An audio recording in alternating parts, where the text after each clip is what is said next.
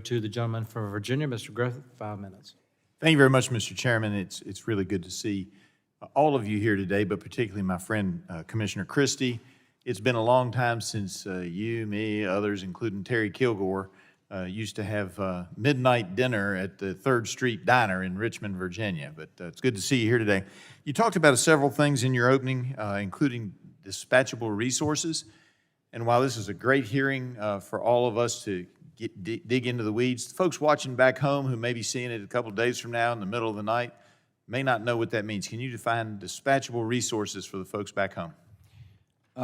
Yes, I remember being asleep most of those midnight dinners, but dispatchable resources are resources that are not weather dependent. They run all the time. Nuclear runs literally for months at a time without shutting down.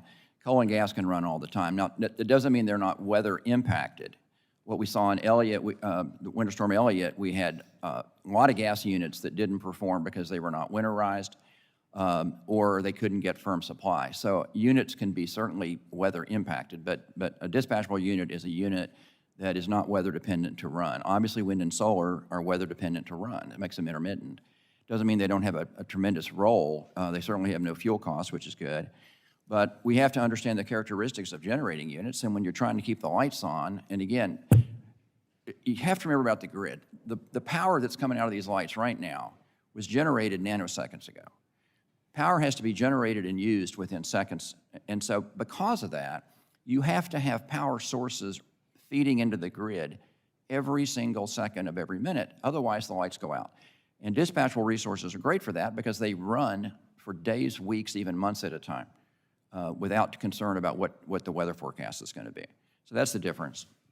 And obviously, knowing my end of the state, it's heavily reliant in many of the communities on the coal and natural gas industries, and it's just been somewhat bothersome to us that folks don't realize the intermittency of some of the renewables, and that you have to have the pipelines, and you have to have high voltage power lines to wheel that electricity from one part of the country to another.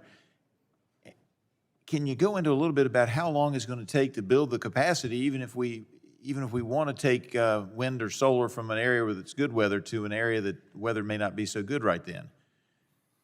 Well, building generating capacity takes time, but the biggest problem we have right now is we're losing existing generating capacity that could be running, and it's shutting down, and it's shutting down prematurely. So we're losing assets that could be providing power right now. With regard to transmission, you have to have transmission to move power from the supply source to the ultimate consumer. So transmission is absolutely essential. I would say on transmission, and based on 17 years at the Virginia State Corporation Commission and doing transmission line cases, every case comes with its own unique set of facts, and what you're trying to do is, look, consumers are going to pay for transmission. Consumers are going to pay for it. So you want to make sure that the consumers who are going to be forced to pay for transmission are getting the best deal and are getting a line that serves their interest and not the interests of developers. It should be serving consumers, and it should be a solution to a reliability problem. And all these cases have unique sets of facts. And as a regulator, you sit down and determine, is it needed? Is it cost prudent? Those are the two biggest things you look at in a power line case. And if it is, and if you find yes on both, then it should be built. And that means they're extremely controversial. Some of them go through 100 miles, 200 miles, and you have to use eminent domain oftentimes. They become controversial. But once you've determined it's needed, then they absolutely must be built. No question about it. Yeah. And, everybody wants to run from coal, and some folks want to run from natural gas, but they've been the most dispatchable, nuclear as well, but they've been the most dispatchable over time, and I don't see that changing. One of the things that I think we should do, and this is not your jurisdiction, I understand that, but we should be doing research to make the burning of the fossil fuels cleaner so we can export it to the rest of the world. Do you have any thoughts on that? Well, I think that the carbon capture is a and I'm getting off on here, but it would be wonderful if carbon capture technology could be matured to where you could run coal or gas generating units with carbon capture and actually remove all the carbon and have that benefit. I don't think the technology is anywhere near being mature yet, but time will tell.